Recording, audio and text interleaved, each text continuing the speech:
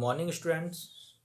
तो आज हम 12 चैप्टर डिस्कस करने वाले हैं क्लास 11th का, books of original anti special purpose of subsidiary books. तो हमारी सब्सिडियरी बुक्स ऑफ क्या होती हैं ये हम यहाँ पे डिस्कस करेंगे।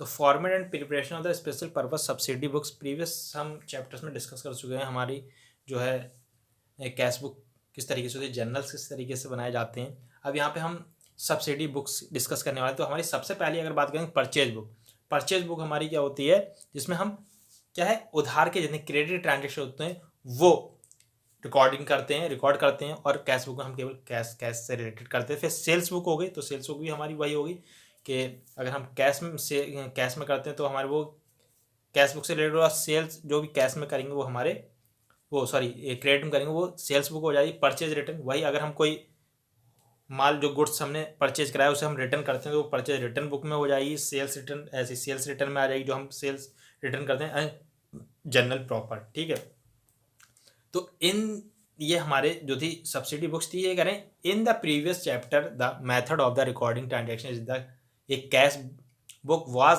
डिस्कस्ड। हमने कैश बुक डिस्कस कर ली है, वही यहाँ पे कही जा रही है as the discussed only the cash transaction are the recorded in the cash book. जो भी कैश ट्रांजेक्शन हम कैश बुक में रिकॉर्डेड करते थे, where as non cash transaction are the recorded in other special purpose subsidy books which are as the follow.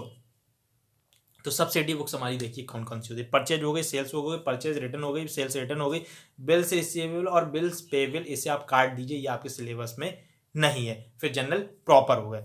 ठीक है, तो ये बिल्स रिसीवेबल बिल पेबल ये काट दीजिएगा, ये आपके सिलेबस में नहीं है। यहाँ पे देखो नीचे आपको दिया हुआ है bill receivable book and bill payable book are not in the syllabus. तो करें it is not necessary for the every business, मतलब ये जो है हमारा जरूरी नहीं कि सारे बिजनेस के लिए जरूरी हो। मेंटेन ऑल द एवो mention special purpose subsidy book, मतलब ये स्पेशल पर्पस सब्सिडी बुक्स होती हैं तो जरूरी नहीं कि सारे जो हमारे एंटरप्राइज या बिजनेस में होते हैं उनमें ये प्रिपेयर की जाती हैं या कैरी की जाती हैं books, but any of the above में we keep depending upon the need of the business. हमारे बिजनेस को जिस चीज़ की नीड है वही हम कैरी करते हैं या प्रिपेयर करते हैं। ठीक है, जरूरी नहीं कि सारी करें। परचेज बुक और परचेज जर्नल कह रहे हैं all credit purchase of the goods are recorded in the purchase book. जो भी हमारे उधारी के क्रेडिट मतलब उधारी के जो भी ट्रांजेक्शन होंगे वो हम परचेज बुक में करेंगे। Goods here mean only those things, देखिए यहाँ कह रहे हैं goods here mean only those things in which is the firm dealing in other words these are the article which are purchase for the resale. भाई ये कह रहे हैं गुड्स जो हम बोलते हैं ना बिजनेस में वो हमारे क्या चीज़ होती है, जो हम क्या करते हैं, जो जिस चीज़ में हम उस फर्म में जिस चीज़ की डीलिंग करते हैं मतलब जिसका व्यापार करते हैं वो उसके लिए गुड्स हो गया। इन अदर वर्ड दूसरे वर्डों में अगर हम बात करें तो ये हमारा article which the purchase for the resale, जो भी चीज़ हम रीसेल के पर्पज से खरीदते हैं वो हमारे लिए गुड्स कहलाएगी। If for example firm dealing in the cloth, अगर कोई फर्म क्लॉथ मतलब कपड़े का व्यापार करती है तो उसके लिए गुड्स क्या हो गया, क्लॉथ हो गए। It will be the treated as the purchase goods and will be recorded in the purchase book. But ठीक है, तो अगर वो हम कर रहे हैं तो हमारे लिए वो क्या होगा, गुड्स होगा और उसे हम परचेज बुक में रिकॉर्ड करेंगे। बट इसके अलावा कह रहे हैं but if the same firm purchase furniture, कि भैया वही फर्म अगर फर्नीचर परचेज कर रही है स्टूडेंट से तो it will be treated as the purchase of an asset and will not be recorded in the purchase book. तो वो हमारे लिए एसेट हो जाएगी और वो हम एसेट में रिकॉर्ड करेंगे। ठीक है, मतलब बैलेंस शीट में हमारा चला जाएगा and will not be recorded in the purchase book, वो हमारा परचेज बुक में रिकॉर्ड नहीं होगा। Purchase book is also known as invoice book, purchase हमारी जो इनवॉइस बेस पे बनाई जाती है जो सोर्स ऑफ डॉक्यूमेंट, और परचेज डे बुक। ठीक है, परचेज डे बुक एक हमारी डे बुक भी होती है जिसमें हम डेली के ट्रांजेक्शन रिकॉर्ड करते हैं। ठीक है, चलिए आगे बढ़ते हैं। Following transaction are not recorded in the purchase book, तो ऐसे ट्रांजेक्शन हम जो परचेज बुक में रिकॉर्ड नहीं करते हैं। कैश परचेज, तो कैश परचेज जो हमारे होंगे वो किस में जाएंगे, cash purchase are not recorded in the this book, मतलब जो भी कैश परचेज होगा वो हमारे इस बुक में रिकॉर्ड नहीं करे जाएंगे, वो हमारे कैश बुक में रिकॉर्ड करेंगे। Purchase of the asset only credit purchase of goods और रिकॉर्डेड इन दिस बुक, जो भी क्रेडिट परचेज गुड्स करा जाएगा वो इस बुक में रिकॉर्ड करा जाएगा। Purchase of asset such as the machinery furniture typewriter etc, अगर हम कोई भी ऐसी एसेट परचेज करते हैं जो हमारी फर्म से रिलेटेड है, ठीक है, वो कह रहे हैं are not recorded in the purchase book, तो ये हमारी परचेज बुक में रिकॉर्ड नहीं की जाएगी। इंस्टीड इसके बजाय these are recorded in the journal proper, इसका हम जनरल प्रॉपर बनाएंगे if purchase on the credit, और in the cash book if purchase for cash, इसका हम जनरल प्रॉपर बनाएंगे या हम किस में कैश बुक में क्या है दिखाएंगे इसे। फिर recording of the transaction, recording of the transaction की अगर हम बात करेंगे, the source document on the basis of which the transaction are recorded in the purchase book are the invoice or bills received by the firm from the supplier of the goods. An invoice contain the quantity of goods, rate, amount, trade, discount. कि recording of transaction की अगर बात करें तो source of document जो हमें क्या मिलते हैं, जो परचेज हम करते हैं उससे हमें इनवॉइस मिलता है, बिल रिसीव मिलती है, फर्म फ्रॉम सप्लायर जो होता है वो हमें देता है इनवॉइस जिसे हम बोलते हैं, तो उसके बेस पे हम क्वांटिटी, गुड्स, रेट सारे क्या है रिकॉर्ड करते हैं।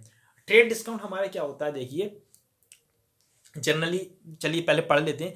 The amount of purchase to be goods recorded in the purchase book is always arrive at the after deducting trade discount. देखिए क्या कहने की बात की जा रही है बेटा, कि जो भी हम ट्रांजेक्शन रिकॉर्ड करते हैं वो क्या करते हैं, जो रिकॉर्ड करेंगे जब हम ट्रांजेक्शन, तो आफ्टर ट्रेड डिस्काउंट, मान लो 10,000 का आपका कोई चीज है और उस पर मैंने 20% अगर डिस्काउंट कर दिया तो ट्रेड डिस्काउंट निकाला तो 2,000 माइनस हो जाएगा, 8,000 हमारा बचेगा। तो जो हमारा 8,000 बचा वो हम रिकॉर्ड करेंगे परचेज बुक में आफ्टर ट्रेड डिस्काउंट। 10,000 नहीं करेंगे, उसके बजाय हम क्या करेंगे 8,000 करेंगे। तो ये हमारा ट्रेड डिस्काउंट होता है, ट्रेड डिस्काउंट को हम शो नहीं करते हैं, ठीक है, परचेज बुक में। आगे चलते हैं। अब ये हमारा फॉर्मेट ऑफ परचेज बुक दिया है, फॉर्मेट जिसमें हमारे कितने कॉलम होंगे, 10 कॉलम होते हैं। तो यहाँ पे क्या कहा जा रहा है, नंबर 1 सबसे पहला हमारा है डेट, फिर particular name of the supplier account to be the credit, जो हमारा सप्लायर है उसका नाम आ जाएगा, ठीक है। उसके बाद में इनवॉइस नेम आ जाएगा, इनवॉइस नंबर आ जाएगा, जो इनवॉइस का नंबर होगा। लेजर वैल्यू आ जाएगा फोर्थ में। फिफ्थ में डिटेल्स आ जाएगी, क्या क्या डिटेल है, क्या क्या है। उसके बाद परचेजेस आ जाएगा, क्या क्या परचेज क्या है, इनपुट जीएसटी, ठीक है, सीजीएसटी, एसजीएसटी, फिर इनपुट आईजीएसटी, और टोटल अमाउंट आ जाएगा। ये हमारा फॉर्मेट था परचेज बुक का, ठीक है। वेरी इंपॉर्टेंट है बेटा, इसका आपका अगर केवल फॉर्मेट भी बनाने आ जाता है तो इसके भी आपको 1-2 नंबर मिलते हैं, अगर आप ये फॉर्मेट ही भी बनाए जाते हो, ठीक है। तो बिल्कुल फॉर्मेट आपका सही होना चाहिए, एग्जाम में फॉर्मेट गलत नहीं होना चाहिए। जब फॉर्मेट ही नहीं बना पाओगे तो फिर क्वेश्चन क्या करोगे आगे, ठीक है। तो फॉर्मेट अच्छे से लर्न कर लिया, अच्छे से प्रैक्टिस कर लीजिएगा, ठीक है।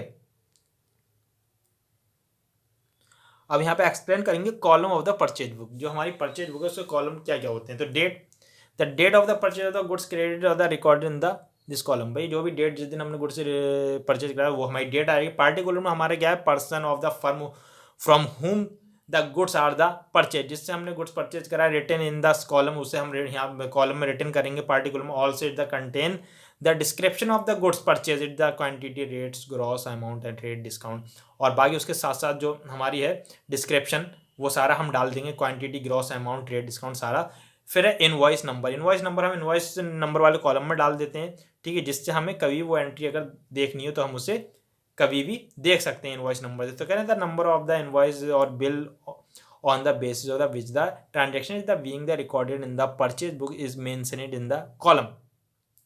फिर कहते हैं ledger value number, ledger value का page number of the ledger where the transaction is the posted in the recorded in the column, जहां भी हमने ट्रांजेक्शन रिकॉर्ड किया होगा लेजर वैल्यू नंबर डाल देते हैं हम, ठीक है। लेजर वैल्यू में वो ट्रांजेक्शन जो हम करेंगे वो यहाँ पे हमारा पड़ जाएगा, जिससे हमें यहाँ पता लगेगा कि लेजर में ये हमारा जो ट्रांजेक्शन है वो कौन से पेज नंबर पे कहाँ पे है, ठीक है। डिटेल आ जाती है हमारी, this column is use to write the individual amount, कि डिटेल में हम क्या कहेंगे, this column is use to write the individual amount of the different item purchase from a particular supplier. This column is also use to deduct the amount of the trade discount and for the adding the amount of input CGST, input SGST and the input IGST, ठीक है। ये हमारे separate column होते हैं जो उसमें हम detail डाल देते हैं। फिर क्या, purchase, net amount of purchase, example purchase less trade discount is written in this column. फिर input central GST, CGST, this tax is paid on intra state purchase of goods, मतलब इंटर स्टेट की बात कर रहे हैं कि जो हमारा है CGST के एक ही स्टेट में अगर हम खरीद रहे हैं तो SGST और CGST हमें पेड करना पड़ता है, ठीक है। इंटर स्टेट की अगर हम बात करेंगे क्या कर रहे हैं, अब यहाँ पे देख लिए, purchase of the goods with in the same state, अगर सेम स्टेट में हम परचेज करें तो हमें क्या है SGST और CGST देना पड़ता है। It is the charges by the seller from the purchaser, ठीक है, सेलर चार्ज करता है परचेजर से जो परचेज कर रहा है on the net sale value, sale price less trade discount less, ठीक है, ट्रेड डिस्काउंट हमेशा हमारी माइनस होने के बाद ही हमें प्राइस फाइनलाइज होता है। टोटल ऑफ इस column is posted to the debit of input CGST account in the ledger. Input state GST, input state GST, state GST की बात कर रहे हैं SGST। This tax is also paid the purchase of goods with in the same state. It is the also calculate on the net sale value, sale price less trade discount, मतलब trade discount minus करने के बाद जो amount बचेगा उस पर हम GST calculate करेंगे। Total of this column is the posted to the debit of input SGST account in the ledger. फिर करें input integrated GST IGST। Integrated GST की बात अगर करें, this tax is paid on the inter state purchase of the goods, example purchase of goods from the outside the state. Outside the state की मतलब जैसे हम इंटर स्टेट बोल रहे हैं, आउटसाइड द स्टेट अगर हम माल कोई परचेज करते हैं तो हमें क्या है, जैसे SGST CGST 6% है तो यहाँ पर हमारा कितना हो जाएगा 12%। टोटल हमारा इंटीग्रेटेड जो GST हो जाएगा वो 12% हो जाएगा। तो 12% हम नेट सेल वैल्यू जो हमारी बचेगी आफ्टर ट्रेड डिस्काउंट के बाद उस पर हम कैलकुलेट करेंगे और वो total of this column is posted to the debit of the input IGST account in the ledger. Total amount की अगर हम बात करें, total amount of the each transaction is shown in this column and the amount of each transaction is posted to the credit of the supplier account in the ledger. Total amount हमारे यहाँ पे आ जाएगा total वाले amount में जो भी हमारा होगा, ठीक है। नोट हमारे यहाँ पे दिया है, इधर the CGST plus SGST will be levies on the transaction of the only IGST will be levies। For example suppose the rate CGST 6% if goods have been purchased from with the state, can CGST 6% levies if the goods have been purchased from the outside the state, then only IGST 12%। जो मैंने आपको ऊपर बताया था वही बात यहाँ पे कही गई है। आई होप आपकी ये समझ में आ गया होगा। तो ये आज का हमारा जो चैप्टर था ये फिनिश हो चुका है, ठीक है, सॉरी मतलब इसका जो है फंडामेंटल फिनिश हो चुका है। उसके बाद हम न्यूमेरिकल अब करेंगे, ठीक है। तो चलिए आज के लिए इतना ही। Thanks for watching.